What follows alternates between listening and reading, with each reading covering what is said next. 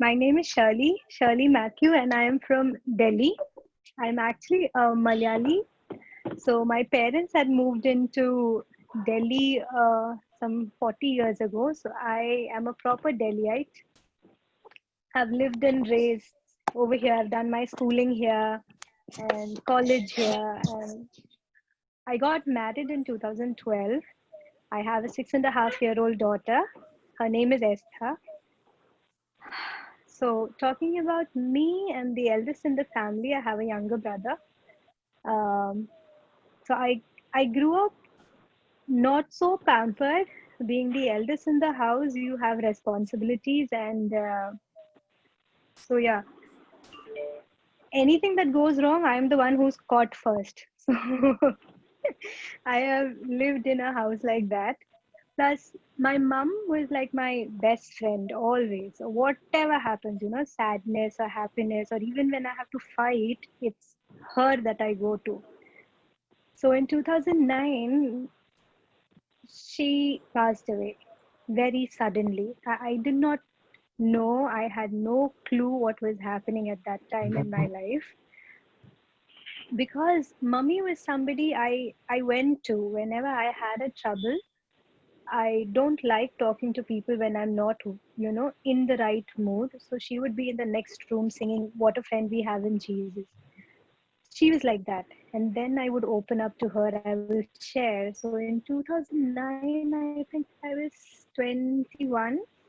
That's when she fell ill, but the illness was not such that anybody could, pass away like that. So she just passed away, and I had no clue whatsoever what I'm gonna do. Suddenly the people in the church, they said that you are the eldest in the house, so uh, you have to be the lady of the house, and this is God's will. All right. So I don't know what being a lady of the house is. I have always depended on mama. The only thing that I know in the house is to clean everything. I have never cooked. My mummy is the one who used to come back from work and she would cook for me because I loved eating her food, and I'll clean everything. Coming home to an empty house, you are the lady of the house, and this is God's will, did not go down well with me.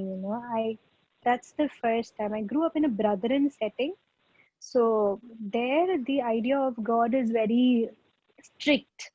Women don't talk much. Women don't do anything. So I'm used to a God who is like a strict taskmaster. After my mother's death is when I actually go down on my knees and I'm like, uh, God, they said that you are the one who took mummy away, so you have to be my mom. 11 years after, I think that's the best decision that I made, is to call God mom. I went to God just like I would go to mama. Tell I was going through and tell God, now you are mama to me. You deal with me the way mama would deal with me. And today I am the happiest because, there is no better mother than God. There's nobody who could understand a girl child, like the Father in heaven would. So we got married in 2012. The wedding was very, very sudden. Everybody was happy with the alliance that came. Malayali, Christian. That's how we Delhi girls are bought, it has to be a Malayali, it has to be a believer, it has to be a Christian. So all the check boxes were clicked and we got married in like 2 months' time. Later, there were dowry harassments, there were things that he said, and others pretty enough, and you're not educated enough, and all that. So the abuse went on for like a good 5 years, all kinds of abuse. There was physical violence, there was emotional harassment. My daughter was born, and it was chaotic. It was so chaotic. And after like the fifth year is when I found out that he is cheating on me. At that time, cheating was such that, it was the last nail to the coffin, I can say, or it was something that shook my self-esteem. Or I felt like someone just tore me into bits and pieces. I couldn't believe such a thing could happen to me. So I forgave, because naturally that's what came to me, because I have a daughter, I have a family. And so we forgave, we stayed together, we tried to work it out. The next year, I caught him cheating on me again. This time, I was sure that, this has become a habit, and he has been liking girls. So it's not nice. And every time he likes a girl, he would compare her to me, and I would get thrashed left, right, and center. The final time when he hit me, I said, "Now you cannot hit me anymore. I am leaving you." That night, I remember telling God, I don't know why I said this, but if something like this has to happen, I need to sleep peacefully tonight, because being in an abusive marriage and having faced sexual abuse, emotional abuse, every kind of thing, I desperately needed to sleep. I don't know why I asked for sleep. But that night, I had the most amazing sleep ever. Like, I slept like a baby without even waking up, because that's all I asked God. I wanted to sleep. Next day was Sunday. I got up and I got dressed, because it is Sunday. I wanted to go to church, and there was some strength in me, like I'm free from something. I go to church, and the church was preaching on freedom that day. And the worship leader, she said, "Ask a prisoner what it means to be free." And at that time, I felt a release. I knew a chapter, a phase is over. Then I completely depended on God. Imagine having God as a father, a mother, and now a husband. So every time the relationship with God is like growing deeper. So that week, after a very sad encounter happened. He ended up forcing himself on me. He tore my clothes, and I was so devastated. I knew I'm not safe over here, and I had to leave. So I packed my bags, took my daughter, and I was studying in Southern Asia Bible College at that time, doing my master's in counseling psychology. So I called up my professor and I told him, "Sir, I can't live in this house anymore. I don't feel safe." He said, "Come, let's see what happens." In the course of time, we've been through marriage counseling. The professors had, spoken to my husband, and eventually they also said, "It's time that you come out, because we can't see you get beaten up like this." And he is sure of who he wants in his life. So I walked out. So 2018 is when I left my husband. Since that date till date, I have not felt a need, where I am upset or lonely. There were times when I cried my heart out, but throughout all my loneliness, the way the Lord ministered to me. When I was 20, I hoped, life is going to be better at 30. Life is all about earning well, holding a good job. So we hope for a certain things. At 30 now, I realize that hope is not, the absence of grief, or hope is not that we will not have any trouble in life. But hope, when I look back at my life, it is that I have God with me throughout the situation. He saw me when my mama died. He took care of me. He saw me when I was alone in my marriage, handling my child and everything single handedly. He saw me through it. He was right there with me. And even when I walked out, He was with me. Until that time, there were certain things that I was dealing with. I would read the scripture, and these certain verses that come up, like "Rejoice in the Lord always." The song that we sang was something that I kept on thinking, how could Paul rejoice when he is imprisoned? How? Such a tragedy. But the way the Lord gives you happiness is not like the happiness is situational. The happiness is something very, very personal. The happiness is within me. So that is probably why Paul said, "Rejoice in the Lord always." So throughout, I learned how to rejoice through everything. And my life is full of testimonies where I can say that Lord took care of little desires. I wanted to live in a house that had a tub in the bathroom. Imagine, I when I walked out, I took a one room kitchen on rent, and that house had a tub. Like, a rented accommodation had a tub. So he took care of the little desires which I had forgotten. I attended a sports meet and I got 2 goals. So these are like my accomplishments after I walked out. So every time I would accomplish something, I also remember these are the things that he taunted me on. I finished my masters. I don't know how God gave strength to me, to handle the internship, to do everything one after the other. Now, when I look back, it is all because of God.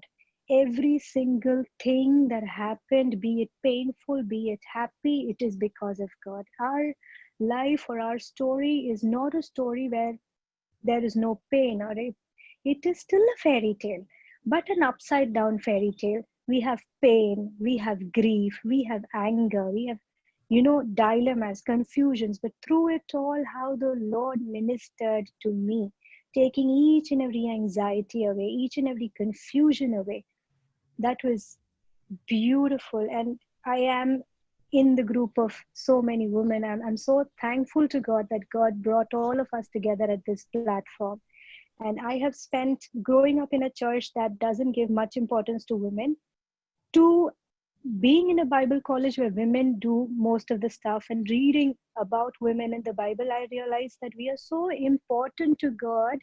We are so, He is so protective about us that the Lord meets us in our point of need. He met Hagar when she was going through injustice right in the desert. He met Mary, Martha. He met them and she was overwhelmed with housework. So God knows our physical tension as well. He met Mary Magdalene when she was outside the tomb, when she was going through grief. He met the woman by the well. 5 husbands. Maybe she had given up on love, or maybe she was cheated on. Nobody would like to marry 5 times. I wouldn't at this point of time, going through a separation, you know. So God knows. That's how I realized God is so intimate. He is so intimate to me. He knows I went through rejection. He knows I went through betrayal, death of a parent, handling everything alone. The Lord just became more and more intimate. He became more and more beautiful. So now when I sing Rejoice in the Lord Always, it is a heart to heart song. I hope that things, become better in the future, but let the hope that I have is completely on God. What has to happen will happen according to His will, and only according to His will. He will tell me. That's all that I pray. Lord, whatever you plan, you must tell me. If I have to live a single life, I'm fully confident, because the Lord who could bring in a tub into my bathroom, if He could take care of the little desires, I'm fully sure He's going to take care of the bigger desires. If if it has to be with somebody else, if my husband has to come back, I do not know. The Lord has to tell me. And with God, there's always a 180-degree turn. There is no half. That is what I have seen. And in the 2 years of separation, I dealt with grief. I dealt with my own toxic thoughts. I dealt with my own behavior patterns, and a lot of introspection went in. A lot of times I thought why, and then I realized why it happened. I went through healing. Today I am happy. I am much more better, much more sorted, because the Lord takes care. I don't take stress. I have realized stress and I should break up. So that is out. I still cry, but I cry in front of God. And anytime a trouble happens, I'm like, God, come on now, handle it. I can't. I am not losing my sleep over this. And my dearest sisters, the way the Lord handles, no eye has ever seen, no ear has ever heard, no mind can ever conceive what the Lord is going to do in, all of our lives. It is new every single time. At this time, I would also, if like to share another testimony, that these are all little testimonies, but it reassures my faith. I used to work at Mount Carmel School, and I skipped breakfast. We leave by 7:30. I'm out. No, by 6:30 I leave home in the morning. I didn't take breakfast, and the first few hours is back to back classes, and I love food. So I kept thinking about food. I don't have breakfast. What am I going to do? I am really hungry. That day during the lunchtime, there is this uncle who provides food for teachers, and he doesn't come to the second floor where I sit. That day he came to the second floor and he's like, this teacher is absent, maybe you would need the food. And none of the teachers sitting with me know him because they're like, we have never seen you in school. So the guard bhaiya, he said he comes to give food. When I opened it, it is kidney beans and rice, my favorite. I am a North Indian. I love Rajma Chawal. So the Lord of who can take care of the kutti desires in our heart is capable of taking the bigger desires. He is capable of keeping each one of us, each of our lives story together because we are in his hand. That's something that I wanted to share my testimony. So this is what I have seen over and over again. Esther, my daughter, and I have seen like so many times the Lord has moved, like a father he has moved, like a friend he has moved. I keep saying, your father to the fatherless, your husband to the widows, the maker is my husband, handle it for me, you know. And I go around sometimes when I am upset, when I feel that I have done something wrong, of course. I don't know, the woman inside me does not want to say I am wrong so quickly. So I sit silently in the presence of the Lord. And then I tell him, God, I think I'm wrong. I should say sorry. Then I go mend it up with the people so I have annoyed people, people have annoyed me. At the end of the day, the Lord is good. The Lord is always good, always good. So this is my testimony. I'm so thankful to Lata ma'am for giving me an opportunity. I don't know, I shared my testimony after a long time, and this is family, so I took the risk. Otherwise, I always tell ma'am that I'm introvert. It takes me a lot of time to open up, but seeing how our family has come together, DRM family has come together, Lata ma'am, Rebecca, who share her testimony, Grisalda ma'am, who always pushes me to take risk. So I am so thankful to God for I DRM, for also this tell how opportunity, did for the we way the meet? Lord leads all of us. We met. Yeah. We met. Grisalda ma'am, my boss in Mount Carmel School, she sent me a video of Lata ma'am in, I think, in January. She was sharing about her story in TED Lead Talk. I watched it half and I couldn't sit through the whole story. And the following was the message that Grisalda ma'am sent is like, Mole, I want to see you like her one day. And I'm like, me on a stage, nice joke. So I told Griselda, me and stage don't get along well. Like, if you give me something to do on stage, pakka I'll faint. So there's a lot of, contemplating with God, why me, and then begging Him, God, please, you show up. So I have come up with a trick. We call it coping mechanism in counseling. I remove my specs because when I remove my specs, I don't see the audience. Like that. Then ma'am sent Lata ma'am's, talk again. This happened in March. This time I'm like, okay, let me sit through the whole thing. I watched the whole story and I'm like, if I could get half the guts that Lata ma'am has to do something for the community or, talk like her, it will be great. Next thing I get to know that I'm speaking to Lata ma'am on phone, you know, and I told Lata ma'am, this is it. This is how things are. And she encouraged me like an elder sister would, hold the hand of a little sister and teach her walking. She encouraged me so many times. And April 2018, when I left my husband, that night I was crying. And in crying, I slept. Morning, I hear a voice, Deborah Rice. And I woke up and like, someone in the room. What just happened? I heard the voice again, Arise Rebecca. Arise Deborah. So I got up and I told my sister-in-law there's something very weird. And she's like, we are attending the meeting by the same name today. So I go over there, I attend the meeting. 2 years after, in the month of April, no ma'am, Lata ma'am tells me about Deborah Rice movement. And I am reminded of the Deborah Rice, Deborah Wake Up thing right when I was talking to her, and there's goosebumps on my hand. So the Lord leads. I have felt that I may have gone away from His plans, but the Lord is right there where I left Him. So it was easy for me to come back and say, God, just take me through it all. He is good. He has been good. He is good. He's forever and ever good. That's my little story. Thank you so much. Thank you, Sherly.